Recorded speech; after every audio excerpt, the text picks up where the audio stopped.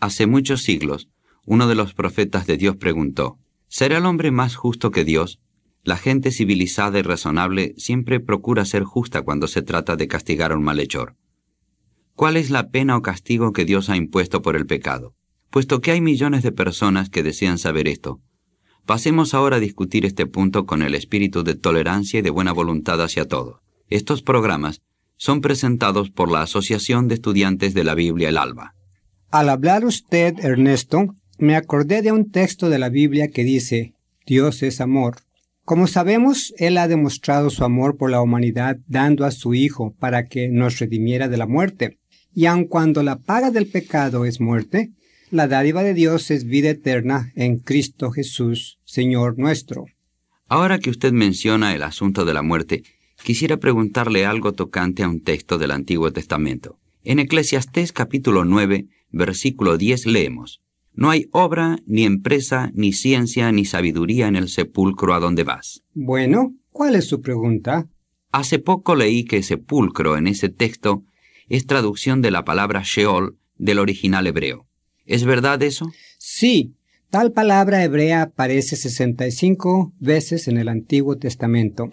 En nuestra traducción, versión moderna, esa palabra es traducida sepulcro 28 veces, sepultura 12 veces, abismo 3 veces, una vez entre los muertos.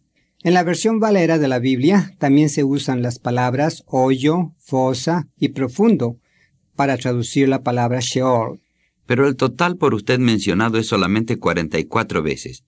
¿Cómo es traducida Sheol las otras 21 veces? Ernesto, esas 21 veces está traducida por la palabra infierno. Pero Francisco, ¿cómo es posible que una palabra tan importante como Sheol pueda ser traducida con tan diferentes significados? No es razonable, Ernesto. Como quiera que sea, solamente tiene un significado. En el libro del Eclesiastés tenemos la definición que la misma Biblia da a la palabra hebrea Sheol, y la explicación tiene que ver con la palabra infierno. Según ese texto, los que van a Sheol, el infierno de la Biblia, se hallan totalmente inconscientes, por cuanto dice que allí no hay conocimiento alguno. Mas, ¿qué me dice con respecto al Nuevo Testamento? Es probable diga algo diferente en lo que tiene que ver con el estado o condición de los que han muerto y han ido al infierno o Sheol. Si así fuera, entonces la Biblia se contradeciría y sería indigna de nuestra confianza. No, Ernesto. De principio a fin la Biblia dice que la paga del pecado es la muerte y no el tormento eterno en un infierno de fuego. Tanto en el Antiguo como en el Nuevo Testamento, la muerte es comparada con el sueño.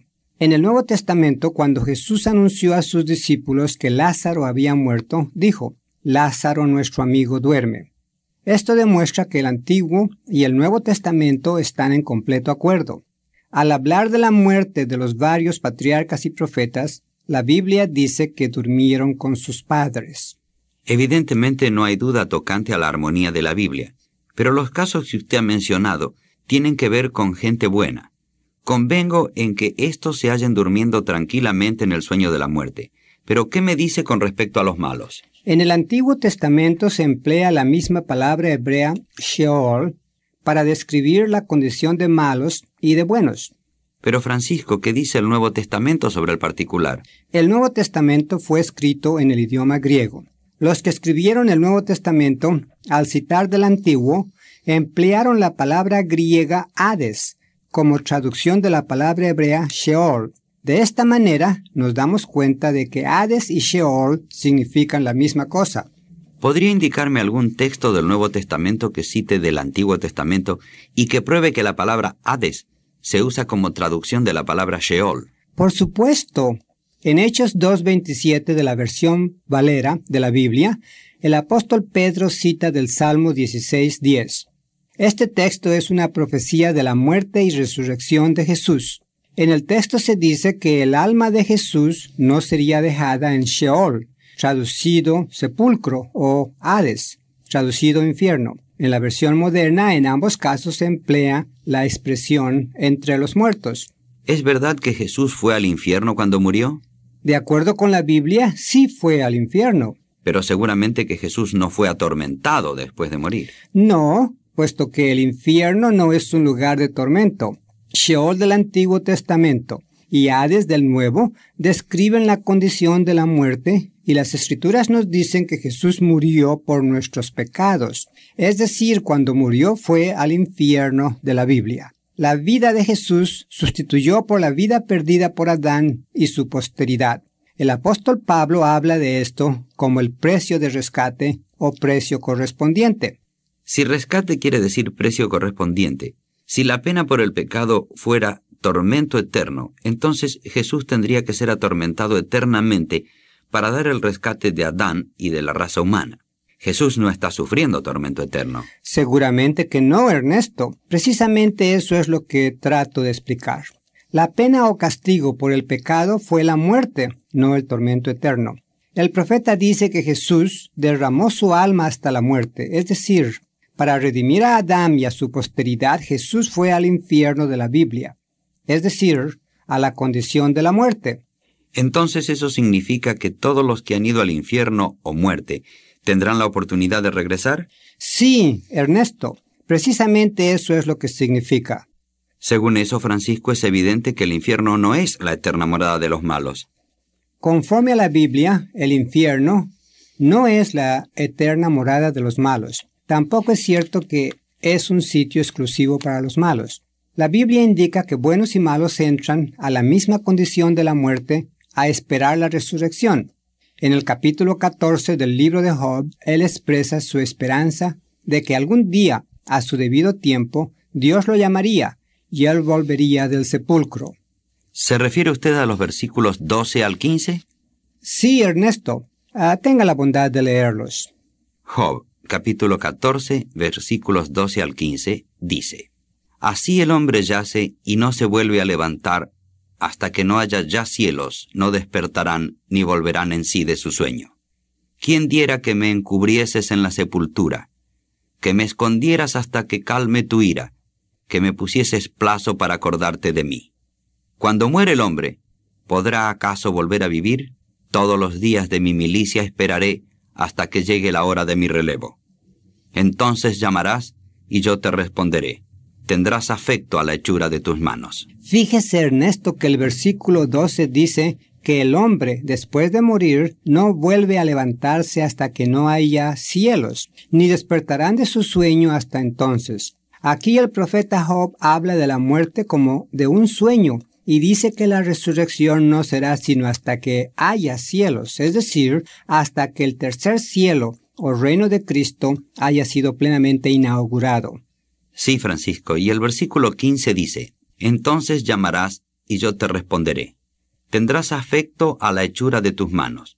Parece que esto está muy de acuerdo con lo que el mismo Jesús dice en Juan 5, 28, 29.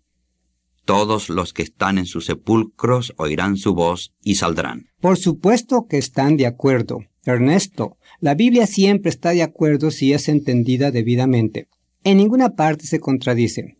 Note que el versículo 13 del capítulo 14 de Job, que estamos examinando, dice: ¿Quién diera que me encubrieras en la sepultura, Sheol? Que me escondieras hasta que calme tu ira. Estas son claras indicaciones de que mientras una persona está muerta, no se halla consciente ni sufriendo, en parte alguna. Se halla durmiendo, en espera de ser llamada para recibir la oportunidad de ser perfeccionada y recibir vida eterna. La ira que aquí se hace referencia es el tiempo de angustia con que terminará el presente mundo malo, cuando el hombre haya nuevamente llegado a la perfección y a la condición de inteligente obediencia a las leyes de Dios. No morirá más. ¿Indica acaso la Biblia que la muerte será destruida? Sí, el apóstol Pablo dice que es menester que él, Cristo, reine hasta que ponga a todos sus enemigos debajo de sus pies, y el postrer enemigo que será destruido es la muerte. Eso significa que el infierno será destruido, ¿verdad? Sí, Jehová así lo ha prometido. ¿Y qué sucederá a todos los que están en el infierno? El apóstol Juan dice que la muerte y el infierno darán los muertos que están en ellos. Mientras más estudiamos las Escrituras, Ernesto, mejor nos damos cuenta de que Dios es amor.